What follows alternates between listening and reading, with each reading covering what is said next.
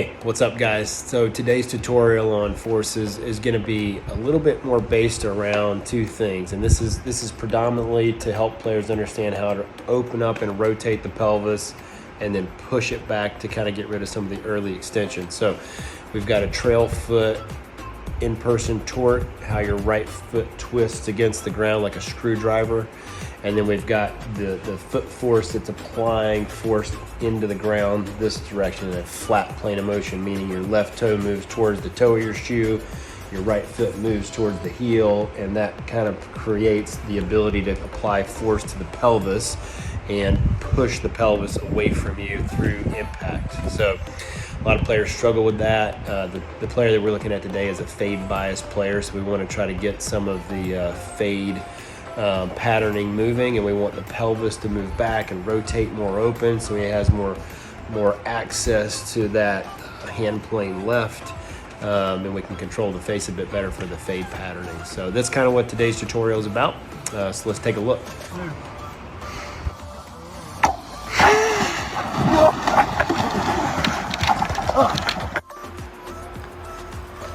All right, so two different golf swings, same player. We're working on a little bit more of the rotary force out of the trail foot and the right foot. So this is torque, and this is the ability to take your right foot and twist it to the right in the transition, okay? So his normal golf swing, he's gonna get maybe 18 pounds of force. After the Rotex drill, which I'll show you in a moment, he's gonna get upwards of 20 pounds of force. So it's not a huge amount of force improvement, but there is enough to at least get the momentum of the pelvis starting to rotate a little bit earlier. And then that leads us into how the left foot's going to work. So when we look at how he pushes against the ground here, okay, I'm going to push in. I'm going to go to his left foot now, not his right foot. So his left foot is now going to push against the ground. So normally on the left, he would push 218 pounds of force away from the golf ball. Okay, so in the new improved, after doing some downhill slope shots with swing stage and learning to kind of push from that left foot away from the golf ball, he now puts 275 pounds of force into the golf ball when he peaks. And so what we're seeing when we see that, so he's 210 versus 275. That's his lead foot torque, which is push in this case, not twisting, but push away from the target. And what we started to see was in the downswing, the videos are a little dark here, I know, and we'll turn the forces off just for a minute.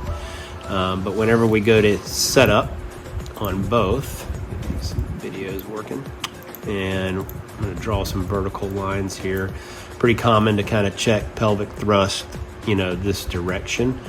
We started to really see him be able to stay back on that line a lot longer. And actually even down through impact, he now, is able to actually have a little bit of his left butt cheek kind of going over the line, which normally he'd be right on it, or even sometimes he might even be off that line a little bit in transition. So this was kind of the drill of kind of what we were trying to do. We were trying to get some of the pelvis out of the way so then the fade pattern can improve. The club path obviously gets a little bit more left here than it would on the right image or on the left image. And fade pattern seemed to improve. The heel contact misses also kind of went towards more of the center.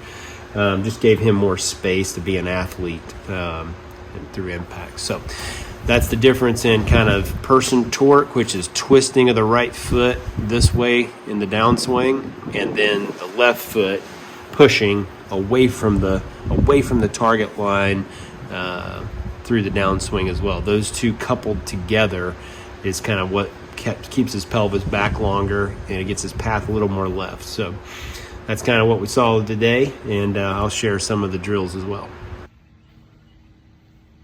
Good. First move. Good. Yeah, oh boy.